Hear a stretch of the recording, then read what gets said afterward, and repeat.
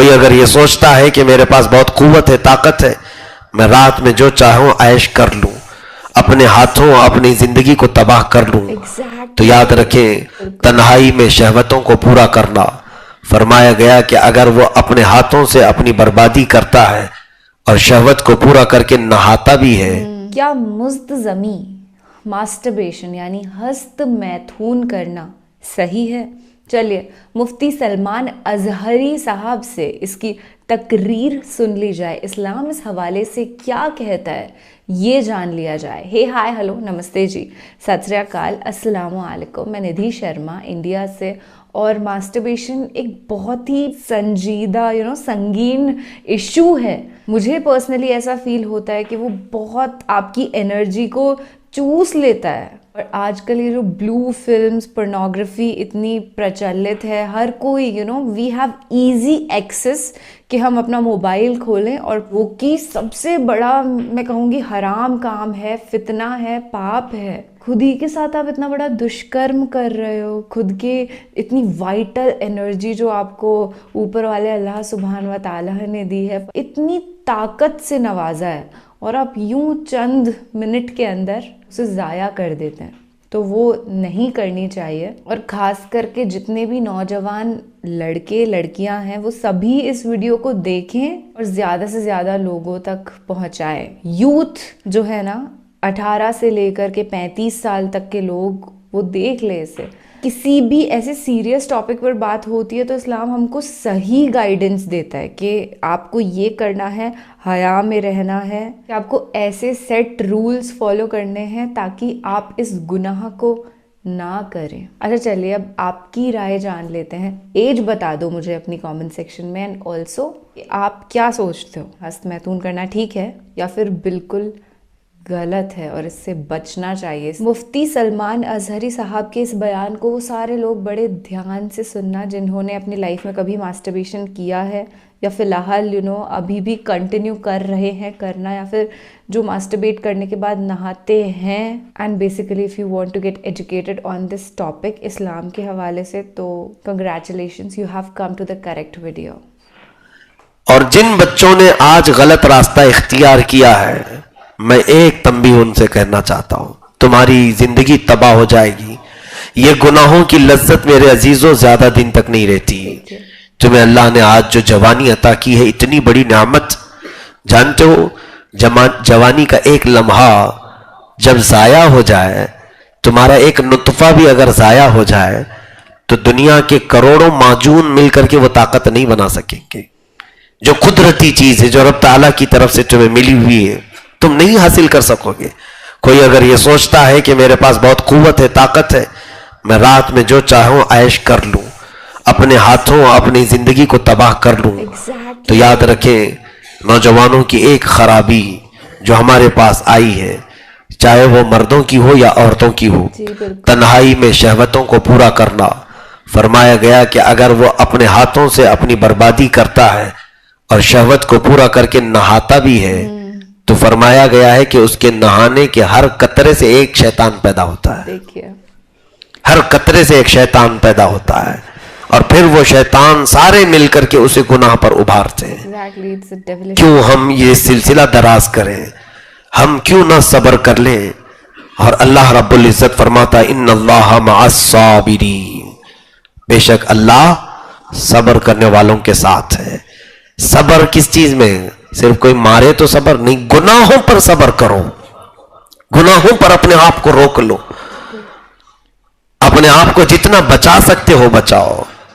مجھے بڑی خوشی حاصل ہے، بڑی خوشی حاصل ہے جن بچوں نے میرے کہنے پر انٹرنیٹ بند کیا تھا رمضان المبارک میں، پورے رمضان میں انہوں نے اسمارٹ فون نہیں یوز کیا، صرف اللہ رب العزت سے ڈر کر کے۔ میں دل سے دعا کرتا ہوں اللہ تعالیٰ استقامت عطا فرمائے۔ آمین۔ میرے عزیزو، میں نہ موبائل کا مخالف ہوں نہ انٹرنیٹ کا مخالف ہوں۔ میں نے کبھی اس کی مخالفت یہ نہیں کی کہ یہ حرام ہے، ناجائز ہے، بالکل استعمال کرو، لیکن جس بچے کے ہاتھ میں ہم ماچس دیتے ہیں اس کو یہ پتا ہونا چاہیے کہ ماچس کہاں لگائی جاتی ہے اور کہاں نہیں۔ کسی بچے کے ہاتھ میں ہم چاقو دے رہے ہیں تو اسے یہ بتانا چاہیے کہ چاقو کا استعمال کس کام کے لیے ہوتا ہے. اسی طرح سے میری ذمہ داری یہ ہے کہ تمہارے ہاتھ میں اگر ایک آلہ آیا ہے موبائل کی شکل میں, انٹرنیٹ کی شکل میں, تو یہ جو بم سے دھماکے ہوتے ہیں باہر, اس سے کئی زیادہ خطرناک دھماکہ تمہارا یہ موبائل تمہارے ایمان کے ساتھ کرتا ہے. ہر رات ایک دھماکہ ہوتا ہے اور ایمان تباہ کر دیا جاتا ہے, اخلاق بگاڑ دیے جاتے ہیں. کتنے ایسے ہیں جو انٹرنیٹ کے ڈسے ہوئے ہمارے پاس ہیں, جن کی راتیں خراب ہو چکی, جن کی جوانیاں برباد ہو چکی, جن کی آنکھوں کی نور ختم کر دیے گئے, جن کے ہاتھوں میں آج راشا تاری ہے. ایک بچی ایسی کہ اس کے ہاتھ کانپتے ہی رہتے ہیں علاج کے لیے. میں صرف یہ عبرت کے لیے چیزیں میں عرض کرتا ہوں میرے عزیزوں, کسی کی عیب تمہارے سامنے کھولنا میرا مقصد نہیں, عبرت کے لیے کہ یہ تمام بربادیاں کیوں ہوئی. انہوں نے ایک ہی ریزن بتایا کہ ہم نے جو ہے اپنے ہاتھوں سے یہ گندی چیزیں دیکھنا شروع کیا تھا. آج ابلیس لعین پھر سے تمہارے ارد گرد منڈلا رہا ہے. یہ فلم انڈسٹری پوری کی پوری ابلیس کے پجاریوں کی ہے, یہ شیطان کے پجاریوں کی ہے, یہ عبدت الشیاطین ہیں جو بناتے ہیں. یہ ہر وہ پارٹ مردوں کو دکھانا چاہیں گے عورت کا جس سے ان کی خواہشات انگڑائیاں لیں بھڑکے. نہیں, یہ ان کو ایسی فلموں سے کوئی مطلب نہیں جس میں پورا مکمل سادگی کے ساتھ ہے. فلاپ ہے یہ چیز. ہاں, جس میں جتنے نمائش ہوگی اتنے زیادہ وہ ٹاپ ہے کہ اس کو دیکھنے کے لیے بھیڑیے کی طرح لوگ امڑ پڑتے ہیں. میں تو یہ سمجھتا ہوں کہ جو اس طرح سے ننگا جسم دیکھنے کی خواہش کرتے ہوئے امڑ جاتے ہیں وہ لوگ کتوں سے بھی بدتر ہیں, کتوں سے زیادہ ذلیل ہیں. کہ کتوں کے اندر جب شہوت آتی ہے تو وہ اسی طرح اپنی مادہ کے پیچھے بھاگتا ہے. جانوروں کی صفات تمہارے اندر, اللہ نے جو اخلاق انسانیت کے عطا کی ہیں, اپنی آنکھوں کی حفاظت کرو, شرم و حیا کو اپناؤ.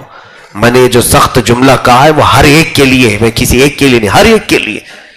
جو غلاظتیں دیکھنے کے لیے بھاگتا ہے وہ کتا نہیں ہے تو اور کیا ہے.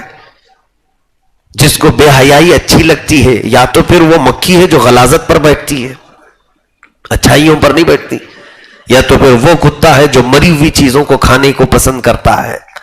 اور میرے آقا صلی اللہ علیہ وسلم نے سچ فرمایا, الدنیا جیفۃ وطالبھا الکلاب, یہ دنیا مردہ گوشت کی طرح ہے اور اس کا طلب کرنے والا کتے کی طرح ہے. مجھ سے یہ جملہ سخت لگا نا, میں نے کتا کہا, میرے آقا نے سب سے پہلے بیان فرمایا. میں یہ رسول کریم صلی اللہ علیہ وسلم کی زبان بتا رہا ہوں. اللہ کے حبیب صلی اللہ علیہ وسلم نے دنیا کے طالب کو کتا کہا ہے, کتے کی طرح ہے. ہوتا یہی ہے کہ وہ مردہ کو کھانے کے لیے کتا کس طرح سے بھیڑ جاتا ہے, وہ کسی دوسرے کتے کو اس میں برداشت بھی نہیں کرتا, نہ پورا کھا پاتا ہے. اسی طرح سے آج یہ بے حیائی کو طلب کرنے والے کتنوں کی زندگیاں تباہ ہو رہی ہیں, برباد ہو رہی ہیں. ہر نوجوان کے ساتھ ڈسکشن میں جو اہم ٹاپک ہے وہ کیا ہے, عورت کا ٹاپک. وہ یہ سمجھتا ہے کل ملا کر کی زندگی یہی ہے اور کچھ نہیں. الہذا خلقت ام بہذا امرت, میں پوچھتا ہوں تم سے, کیا تم اسی کام کے لیے پیدا کیے گئے ہو, یا اللہ نے تمہیں صرف یہی کام کا حکم دیا ہے کہ راستوں پر کھڑے رہو اور ہر آنے جانے والی پر تم نظریں جماؤ؟ کیا تمہیں اللہ تعالیٰ نے اسی کام کے لیے پیدا کیا ہے کہ عورتوں کو بے آبرو ہوتے ہوئے دیکھ کر تم مسکراؤ؟ کیا تمہیں رب تعالیٰ نے آنکھیں اسی لیے دی ہیں کہ عورتوں کی بے حیائی کو تم دیکھ کر مزے لو؟ کیا رب ذوالجلال نے تمہیں یہ تمام قوت اور جوانی صرف اس لیے دی ہے کہ اس کے زمین پر رہتے ہوئے, اس کی کائنات میں رہتے ہوئے سینہ تان کر کے مولا کے خلاف تم بغاوت کرتے ہوئے گناہ کرو؟ کس کی یہ جرات ہے؟ رب تعالیٰ کو تم سینہ دکھاتے ہو, منہ دکھاتے ہو کہ دیکھ مولا تیری دی ہوئی آنکھیں ہیں اور میں کہاں استعمال کر رہا ہوں. یاد رکھنا, جس دن مولا رب العزت جلال میں آئے پھر تمہاری آنکھیں کیا. قرآن پاک میں ہے, قل ارأیتم ان اصبح ماؤکم غورا فمن یأتیکم بماء معین. سورہ ملک کی آخری آیت, سورہ ملک کی آخری آیت. ایک بزرگ نے اس کو بیان کیا کہ کون ہے اگر زمین کے پانی سوکھ جائے تو کون دوبارہ اس پانی کو لائے گا. قرآن کی آیت ہے, زمین کے اندر کا پانی اگر سکھا دیا جائے تو کون یہ پانی لائے گا؟ تو ایک لبرل آدمی تھا, ماڈرن آدمی, وہ آیا اس بزرگ کے پاس, کہا کہ یہ کون سی نئی کوئی بڑی بات تھوڑی ہے, ہمارے پاس مشینیں ہیں, پتھر پھوڑ کر کے بھی اندر سے ہم پانی نکال لیں گے, اچھا, اور 400 فٹ نہیں 500 فٹ بھی ہم اندر ڈال کر کے پانی نکال لیں گے, پانی آ جائے گا. یہ کون سے تعجب کی بات ہے جو قرآن کہہ رہا ہے کہ پانی سوکھ گیا تو نہیں آئے گا؟ بتاؤ کون سی زمین سے نکالنا ہے, بتاؤ کون سی زمین سے نکالنا ہے؟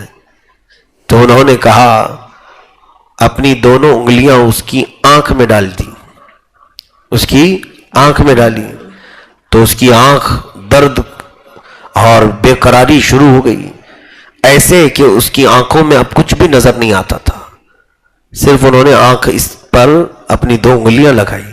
وہ چیختے چلاتے باہر ادھر ادھر اچھل کود کر رہا تھا. پھر وہ بزرگ کے پاس آیا, کہا کیا ہو گیا, کیا ہو گیا میری آنکھوں کو کہ آپ نے صرف 2 انگلیاں دکھائی؟ کہا تیری آنکھوں کا پانی سوکھ گیا, تیری آنکھوں کا پانی سوکھ گیا. کہا کیا کرنا ہے؟ کہا زمین کا پانی بعد میں لانا, پہلے اپنی آنکھوں کا پانی لا. تو کہہ رہا ہے کہ زمین کا پانی اگر سوکھ گیا تو لانے میں کون سی دقت ہے, میں مشینوں سے لاؤں گا.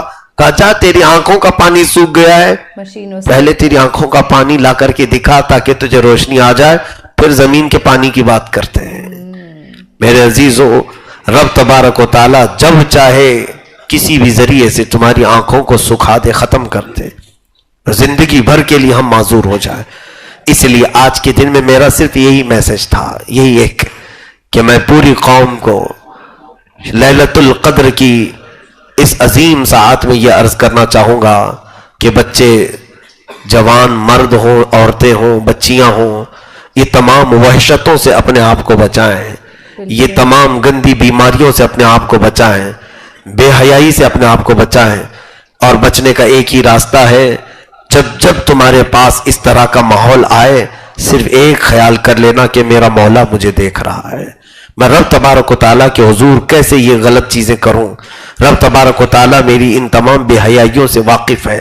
ایک بار اگر تم بچ گئے تو پھر تمہارے اندر ایمانی قوت اور حرارت وہ آئے گی, قسم رب ذوالجلال کی, جس پر تم نگاہیں ڈال دو گے مولا اسے توبہ کی توفیق عطا کرے گا. یہ تجربے کی بات میں بتا رہا ہوں. سرکار مفتی اعظم ہند رضی اللہ تعالیٰ عنہ, یہ وہ ولی کامل کا نام ہے کہ آپ بیانات نہیں کرتے تھے, بیٹھتے تھے, سٹیج پر جا کر بیٹھے ہیں اور مجمع ہزاروں کا صرف ان کے چہرے کو دیکھا, جنہوں نے آنکھوں میں آنکھیں ڈالی, مجمع میں سے وہ چیخنا چلانا شروع کی, توبہ کرنے لگے, نہ بیان کیا, کچھ نہیں کیا, اور کتنے تو توبہ کی اور ان سے بیعت کر کے آج تک یا تو وہ پھر اصلاح پر اور ہدایت پر قائم ہیں. ان میں سے کئی تو ایسے ہیں جو علماء صالحین بنے, جو گناہوں میں زندگی گزارتے تھے وہ علماء وقت بنے, مفتیان کامل بنے. تو کس وجہ سے؟ ایک مرد قلندر کی آنکھوں میں وہ تاثیر ہوتی ہے کہ اس کی آنکھیں بھی اگر کسی کے دل پر پڑے تو مولا اسے ولایت کا بھی مقام عطا کرتا ہے. وہ نور ضائع ہونے نہ دے. ہماری آنکھوں کے اندر جو نور ہے اسی کی برکت ہے. الحمدللہ ہم نے بزرگوں سے یہ سنا بھی ہے اور دیکھا بھی ہے, میں نے دیکھا ہے. اب اس کو میں تفصیل سے عرض نہیں کرنا چاہتا, صرف یہ ہے کہ اس کی برکت اللہ تبارک و تعالی ہم سب کے ساتھ قائم رکھے کہ ہماری آنکھوں کی حیا اگر باقی ہوتی ہے تو اللہ تعالیٰ اچھے اچھوں پر ہمارا رعب قائم کرتا ہے. ہمارا رعب ان کے اوپر حاکم وقت بھی کیوں نہ ہو وہ کترائے گا آنکھ سے آنکھ ملانے سے. حضرت بابا فرید الدین گنج شکر اللہ تعالیٰ عنہ نے حضرت نظام الدین اولیاء کو کیا کیا تھا. محبوب الہی کہتے ہیں بچپن میں میں 10-11 سال کی عمر کا تھا جب بابا فرید الدین نے آنکھوں میں آنکھیں میرے ڈال کر کے دیکھا تھا. صرف غور سے مجھے آنکھوں میں آنکھیں ڈال کر دیکھا تھا, میں اپنا گھر بھی چھوڑ دیا, سب چھوڑ دیا, اسی درویش کے پیچھے لگ گیا. اور اتنا لگا کہ اللہ کے اس پاک ولی بابا فرید الدین نے نظام الدین کو کہاں تک پہنچایا؟ محبوب الہی کے مقام تک پہنچایا, وہ مقام تک پہنچایا آنکھوں نے. تو یہ ہم نے جو ضائع کیا ہے آج گناہوں سے آنکھیں, تو پھر یہ ہماری آنکھوں کا اثر نہ ہمارے بچوں پر ہے, گھر والوں پر, نہ ہمارے آس پاس کسی پر. بالکل ہاں, جس کی آنکھیں محفوظ ہیں پھر وہ دیکھ لے کسی کو ایک بار دیکھ لے. سرکار غوث اعظم رضی اللہ تعالیٰ عنہ بیان کر رہے ہیں بیان کر رہے ہیں مجمع میں ایک چیل اوپر چیں چیں چیں چیں کر رہی تھی اور لوگ دیکھنے لگے ادھر چیل کی طرف. ہوتا ہے نا کچھ بھی ادھر ادھر ہو جائے تو لوگ پہلے ادھر دیکھنے لگتے ہیں کیا ہے کیا ہے کیا ہے. کچھ بھی اگر ادھر سے کوئی آیا ادھر سے کوئی آیا سب ادھر دیکھتے ہیں. محفل کی بے ادبی ہے یہ. غوث پاک رضی اللہ تعالیٰ عنہ کی مجلس میں ایسا ہو رہا تھا. غوث پاک نے آنکھ اٹھا کر اس چیل کو دیکھا, اس کی منڈی ادھر گری, دھڑ ادھر گر گیا.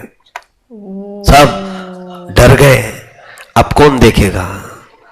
چیل مر کر کے گر گئی, اس کا منہ کسی اور طرف پڑا ہے, دھڑ کسی اور طرف پڑا ہے اور چیل تڑپتی رہ گئی. اب بیان چل رہا تھا غوث پاک کا, صرف دیکھا ہی تھا آپ نے. پورے مجمع میں سناٹا اور ہیبت طاری ہو گئی. اور کیوں نہ ہو, اگر وہی نگاہیں یہاں پڑ جائیں کسی کو تو پتہ نہیں کس کا منہ کہاں چلا جائے. محفل جب ختم ہوئی تو چل کر کے غوث پاک پھر اس چیل کے پاس آئے, جسم بھی اٹھایا منہ بھی اٹھایا, دونوں کو جوڑا, کہا اللہ کے حکم سے اڑ جا. پھر زندہ ہوئی, اڑ گئی. نگاہ ولی میں وہ تاثیر دیکھی, بدلتی ہزاروں کی تقدیر دیکھی. یہ یوں ہی نہیں کہا گیا ہے. ہماری آنکھیں بہت ہی ہماری زندگی میں امپورٹنٹ ہیں, بہت معنی رکھتی ہیں, بہت ہی حیثیت رکھتی ہیں. اور آپ دیکھیں نگاہوں کا ہی کمال تو ہے. صحابہ اکرام رضوان اللہ تعالی علیہ مجمعین, صدیق اکبر کے مقام کو کوئی پہنچ سکتا ہے؟ عمر فاروق کے مقام کو کوئی پہنچ سکتا ہے؟ اور دیگر صحابہ, چلے یہ تو نامچین صحابہ ہیں, جو دوسرے صحابہ جو مشہور و معروف نہیں ہے اس صحابی تک بھی کوئی نہیں پہنچ سکتا. غوث پاک فرماتے ہیں, غوث پاک کہ رسول کریم صلی اللہ علیہ وسلم کے ساتھ جانے والے جو صحابہ جہاد میں وہ جن گھوڑوں پر بیٹھ کر جاتے تھے, ان کے گھوڑوں کے ٹاپ کے نیچے سے جو دھول اڑتی تھی وہاں تک بھی غوث کا مقام نہیں. غوث وہاں تک نہیں پہنچ سکتا وقت کا صحابی کے درجے کو. کس وجہ سے انہیں یہ درجہ ملا میرے عزیزو؟ جانتے ہیں آپ کہ یہ بہت عبادت کرتے تھے, اس لیے یہ بہت رات گزارتے تھے, قرآن کی تلاوت کرتے تھے, اس لیے نہیں, صرف نگاہوں سے مصطفیٰ کی ذات کو دیکھا تھا. نگاہوں کا ہی کمال ہے کہ انہوں نے جو دیکھا تھا میرے آقا کو, تو دیکھنے کا یہ اثر کہ انہیں اس مقام تک پہنچایا گیا. تو آنکھیں کچھ تو معنی رکھتی ہیں کہ نہیں ہماری؟ ہماری نگاہوں کا کوئی تو اہم مقام ہے ہماری زندگی میں. اسی لیے سرکار مفتی اعظم ہند رضی اللہ تعالیٰ عنہ نے دعا بھی کی ہے, کچھ ایسا کر دے میرے کردگار آنکھوں میں, ہمیشہ نقش رہے روئے یار آنکھوں میں. رسول پاک کو اگر نہیں دیکھا, انہیں نہ دیکھا تو کس کام کی ہے یہ آنکھیں کہ دیکھنے کی ہے ساری بہار آنکھوں میں. عزیزان گرامی, ان آنکھوں کی حفاظت کے لیے میں نے آج آپ کے سامنے جو بھی جملے کہے, اللہ مجھے بھی اور آپ سب کو بھی قائم رکھے. پھر سے میں گزارش کروں گا, قرآن پاک کی آیات بینات کی طرف میں اگر آؤں تو بہت لمبا وقت چلا جائے گا. آج کی اس مقدس مجلس میں ہزاروں لوگوں کو توبہ کرنا ہے, ہمیں اللہ کی بارگاہ میں لوٹ آنے کا وعدہ کرنا ہے. ہم نے رب ذوالجلال اپنی نگاہوں سے جو تیر چلائے ہیں گناہوں کے, وہ مولا اگر آج چاہے تو ہمیں معاف کر سکتا ہے, وہ معاف کرے گا. کیونکہ لیلۃ القدر میں بے حساب لوگوں کی بخشش کا اعلان ہوتا ہے, بے حساب لوگ آج جہنم سے آزاد ہوتے ہیں. ان لوگوں میں کاش ہمارا نام آ جائے. کیا سچے دل سے یہاں مسجد میں آپ نہیں آئے کہ مجھے اللہ کو راضی کرنا ہے؟ نہیں تو آپ بھی آج مارکیٹ میں گھوم رہے ہوتے, بازار کی زینت بنے ہوتے, شاپنگ میں آپ دلچسپی لے رہے ہوتے. وہ ساری چیزیں چھوڑ کر رات کا اتنا پہر گزر جانے کے بعد آپ یہاں پر بیٹھے صرف ایک آس اور ایک امید لے کر کہ آج میں اپنے رب کو منا کر کے جاؤں گا. تو بے شک آج مولا تبارک و تعالیٰ کی رحمت کے دروازے کھلے ہیں, وہ اپنے بندوں کو طلب کر رہا ہے, بلا رہا ہے. تو ہم میں سے کون نہیں بڑھنا چاہتا؟ ہم بڑھیں گے ضرور, اور اسی کے نام کا ذکر کر کے, اسی کو منا کر کے. کاش اگر آج لیلۃ القدر ہو, ایک بار وہ اعلان کر دے مولا کہ فلاں کا بیٹا جہنم سے آزاد ہے, پھر ہماری تو زندگی وصول ہو گئی, ہماری تو زندگی وصول ہو گئی. پھر اس کے بعد کب مرے کہاں مرے اس سے ہمیں کوئی فرق نہیں. اللہ رب العزت نے ایک بار بخشش کا اعلان کر دیا تو پھر گناہوں سے بچانا بھی اس کے ذمہ کرم پر ہے. وہ خود ہی بچائے گا. ظاہر سی بات ہے ہم کسی کو سیلیکٹ کریں تو اب اسے دیکھنا بھی پڑتا ہے. جیسے مفسر شہیر حکیم الامت نے فرمایا ہے کہ آدم علیہ السلام کو جنت سے اتارا تو اتارنے کی دو قسمیں، ایک ہے پھینک دیا اسے جاؤ نکلو نہ، اور ایک ہے جیسے ڈول رسی میں باندھ کر کے کنویں میں کوئی بندہ ڈالتا ہے. کس لیے ڈالتا ہے؟ پانی نکالنے کے لیے. مٹکے کو رسی ڈال کر کے اوپر سے پھینکتا ہے تو وہ مٹکا کیا کرتا ہے؟ اندر جا کر کے پانی میں ڈوبتا رہتا ہے ادھر ادھر. پانی جب بھر جاتا ہے تو پھر اوپر والا رسی کھینچتا ہے. تو رسی اسی کے ہاتھ میں ہے تو گھڑا ٹھیک ہے، سیف ہے، چاہے جتنا بھی ادھر ادھر پانی میں ہچکولے کھایا ہو پھر آ جاتا ہے، کیونکہ مالک کے ہاتھ میں رسی ہے. اور اگر اس کے ہاتھ سے رسی چھوٹی تو اسی میں وہ گھڑا ڈوب کے رہ جائے گا، وہیں رہ جائے گا. تو مفسرین نے فرمایا ہے سیدنا آدم علیہ الصلوۃ والتسلیم کو اللہ تعالیٰ نے دنیا میں جو بھیجا اس کی مثال ایسی ہے کہ رسی اللہ نے خود مضبوطی سے تھامے رکھا. یہ نہیں کہ دنیا میں انہیں آزاد چھوڑ دیا، ہر برائی سے انہیں بچائے رکھا. اور ہر جگہ گھڑا جب نیچے جاتا ہے تو ہم مٹی کنکر سے بھی ہلا ہلا کر کے بچا لیتے ہیں. اسی طرح سے آج رب تبارک و تعالیٰ کی بارگاہ میں یہی دعا کریں، اے رب ذوالجلال تو ہماری رسی اپنے دست قدرت میں رکھ، ہم کو دنیا میں آزاد اور آوارہ نہ چھوڑ کہ ہم اپنی مرضی سے جو چاہیں کریں. اے کریم خدا ہم سے وہی کام لے جو تو پسند کرتا ہے، ہم سے وہی کام لے جس سے تو اور تیرے نبی راضی ہو، ہم سے وہ کام نہ لے جس سے تیرا غضب ہوتا ہو اور تو ناراض ہو. اور ایک بار اللہ رب العزت کی اس رسی سے جو جڑ گیا تو انشاءاللہ امید ہے کہ مولا جب وہ کھینچے گا ہمیں تو کھینچ کر سیدھے وہی بھیجے گا جہاں سے ہم نکل کر آئے تھے. کہاں سے آئے تھے؟ جنت سے آئے تھے. ہمارے ماں باپ کا وطن وہی ہے اور سچا بیٹا وہی ہے جو اپنے اصلی ماں باپ کے گھر پہنچتا ہے. رب ذوالجلال ہم سب کو کہنے سننے سے زیادہ عمل کی توفیق عطا فرما، ہمیں آنکھوں کی حیا عطا فرمائے، ہمیں ہمارے دل کی طہارت عطا فرما، ہماری زبان کی صفائی عطا فرما. کریم خدا ہمارے جسموں میں شہوت کی جو بھی خرابیاں ہیں اسے تو دور فرما دے. مولا جو گناہ ہو چکے انہیں معاف فرما، جو آئندہ ہونے والے ہوں تو ان سے تو ہمیں بچا لے. کریم خدا آج لیلۃ القدر کی برکتیں سارے مجمع کو عطا فرما.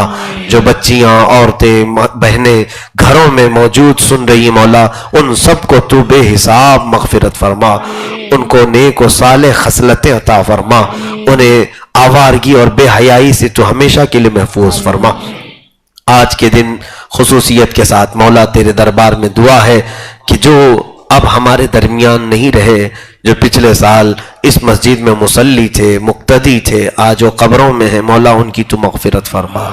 اے رب ذوالجلال اس مسجد کو جنہوں نے جس طرح سے بھی سجایا ہے، دامے درمے قدمے سخنے جس طرح سے بھی، ان سب کو تو اپنی شان کے مطابق اجر جزیل عطا فرما. مسجد کی جنہوں نے بنیاد رکھی انہیں بھی، جنہوں نے تعمیر میں شروع سے حصہ لیا، جنہوں نے یہاں پر خدمتیں کی، جو چاہے انتظامیہ کے اعتبار سے جتنی بھی اب تک انتظامیہ آئیں، جو بھی اراکین بنتے رہے، جو متولی صدر بنتے رہے، اور جو اس مصلی کی امامت کرتے رہے، اور جو اس مسجد سے اذان پکارتے رہے، اور جو اس مسجد کو صاف صفائی کرتے رہے، تمام عملے کے لیے مولا تیرے دربار میں گزارش ہے سب کو تو بے حساب مغفرت عطا فرما، اپنی شان کے مطابق سب کو اجر جزیل عطا فرما. وصلی اللہ تعالی علی خیر خلق محمد والی واصحابہ اجمعین. آج اتنا بہترین احساس میری روح کو ہو رہا ہے اس تقریر کو سننے کے بعد. ایسا لگ رہا ہے جیسے میرے سارے گناہ معاف ہو سکتے ہیں. آج تک کتنی بار کتنی ساری غلطیاں ہم سبھی نے کری ہیں. اینڈ گیس واٹ، وہ اوپر والا جو ہے نا بسم اللہ الرحمن الرحیم، وہ بہت رحیم و کریم ہے، وہ ہمیں معاف کر دے گا، پر ہمیں اس کی راہ پر تو چلنا ہوگا. اللہ سبحانہ و تعالیٰ نے جیسے اس دنیا کو ڈیزائن کیا ہے تو ہمیں سنکرنائز ہو کر کے پوری کائنات کے ساتھ چلنا ہوگا. کہا جاتا ہے کہ you are the centre of this whole universe, یعنی کہ آپ کے ارد گرد جو پورا برہمانڈ سرکولیٹ کرتا ہے، ریگولیٹ کرتا ہے، اس کے آپ سینٹر پوائنٹ ہیں. آپ اگر اپنی ہی روح کے ساتھ، اپنے جسم کے ساتھ بدسلوکی کریں گے تو کیا آپ کے ارد گرد کا واتاورن آپ کو صحیح دکھائی دے گا؟ بالکل بھی نہیں. So just take care of yourself.